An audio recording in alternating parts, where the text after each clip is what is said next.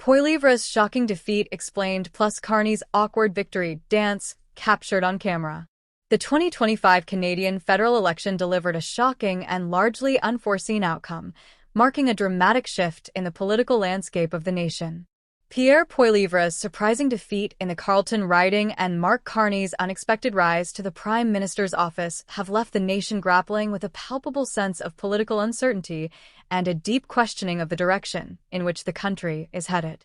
While Poilievre's loss has undoubtedly left his dedicated supporters reeling and searching for answers, Carney's ascent to the highest office in the land has sparked an intense debate about his leadership style, his extensive connections to international powers and financial institutions, and the overall future direction of Canadian politics under his stewardship.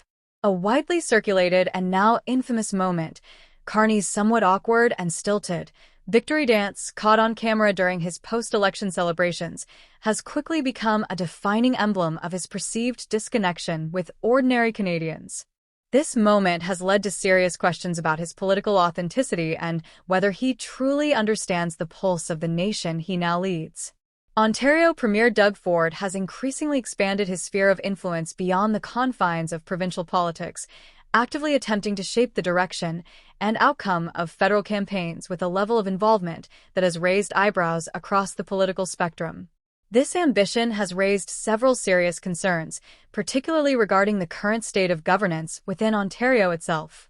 Ford's leadership in the province has been widely criticized for its handling of key and pressing issues such as healthcare, education, and environmental policy, leaving many Ontarians feeling disillusioned with his priorities and questioning whether he is truly focused on the needs of his constituents.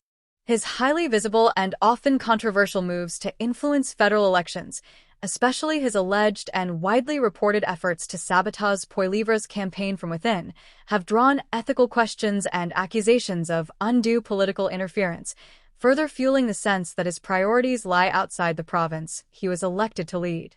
Ford's apparent shift towards federal politics seems to have sidelined the immediate and pressing needs of Ontario residents, fueling criticism both from within his own progressive Conservative Party and from voters who feel increasingly neglected and overlooked. Ford's overt and often heavy-handed involvement in the federal sphere has also sparked significant internal strife and division within the Conservative Party, creating a climate of mistrust and uncertainty.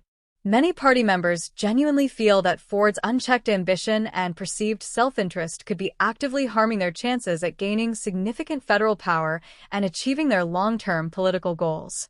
The Premier's actions, such as positioning himself as a key political strategist for the federal campaign without consulting key party members, have not only alienated some within his own party, but have also significantly damaged his credibility as a leader who can effectively balance both provincial and national responsibilities. His growing political influence, combined with his controversial and often divisive actions, has deepened the existing divisions within the Conservative Party, creating friction and resentment that may prove exceedingly difficult to mend and overcome in the coming years. Pierre Poilievre's election campaign faced an uphill battle from the very start, and the unexpected and deeply disappointing loss of his seat in the Carleton riding sent shockwaves of disbelief and disappointment throughout the Conservative Party. The electoral landscape was dramatically altered by boundary changes introduced by the Liberal government prior to the election, which significantly reshaped the political map in a way that made it demonstrably more difficult for Poilievre to hold onto his seat. The strategic inclusion of high immigration areas, which have traditionally been strongholds of the Liberal Party, made the already challenging race even more difficult for Poilievre to navigate successfully. Accusations of vote manipulation, particularly the alleged targeting of immigrant communities through the use of voter pressure tactics, have raised serious questions about the overall fairness and integrity of the election process. Despite the numerous strategic and logistical challenges, Poilievre's unexpected loss was undoubtedly exacerbated by the shifting demographic landscape of the riding.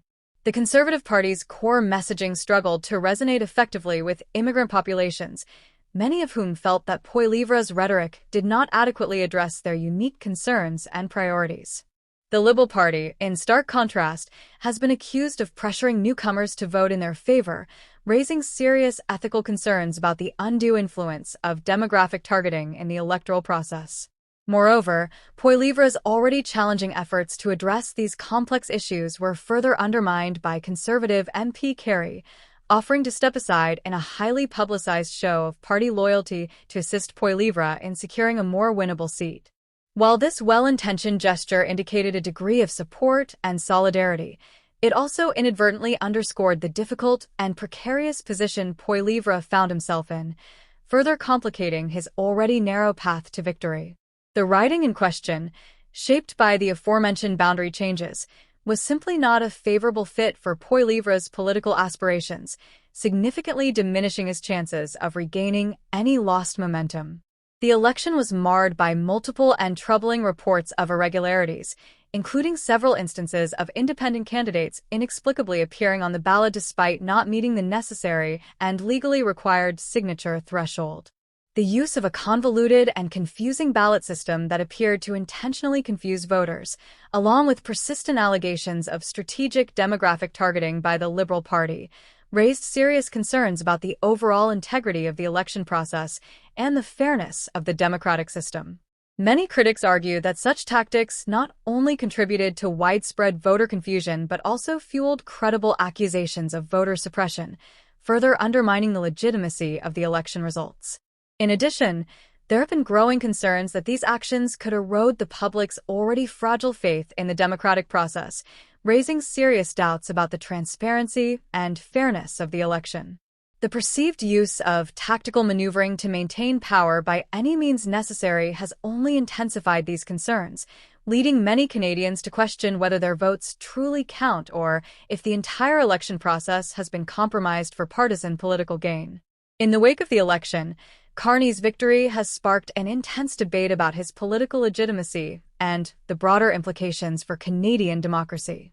Critics argue that Carney's rise to power, underpinned by his ties to global financial institutions and foreign elites, may signal a shift toward an undemocratic political system in which power is concentrated among a select few with vested interests in maintaining the status quo. Many Canadians are now questioning whether the traditional political establishment is capable of addressing the pressing issues facing the nation, such as economic inequality, the growing influence of foreign powers, and the erosion of democratic principles. As Carney prepares to take office, his leadership will face significant challenges. His connections to international financial institutions and foreign governments, especially his controversial dealings with China, have raised red flags for many Canadians concerned about the erosion of Canadian sovereignty. His failure to adequately address questions about his ties to China during the campaign has fueled skepticism about his ability to navigate the growing threat of foreign interference in Canadian politics. Public trust in Carney's leadership is already teetering on a knife's edge, and his ability to unite the nation and restore faith in the democratic process will be put to the ultimate test. The 2025 Canadian election has also underscored the deepening divisions within the electorate, particularly between the supporters of Poilievre and Carney. Poilievre's supporters have demonstrated remarkable resilience in the face of defeat, continuing to advocate for conservative principles and calling for a return to a more transparent and accountable government. In contrast, Carney's supporters have been less vocal, and there is a growing sense that his leadership is driven more by the interests of a powerful elite than by the needs of the average Canadian citizen. The battle for the future of Canadian politics is far from over, and the challenges facing Carney's government will only intensify as the country grapples with these growing political divisions. Carney's victory has cast a shadow over the future of Canadian democracy, with many questioning whether the country can continue to function as a true democracy in the face of growing foreign influence, corporate power, and political manipulation. As Canada navigates the challenges ahead, the outcome of this election will have long-lasting implications for the country's future direction. The debate about how to restore faith in the political system will continue to be a central issue for years to come.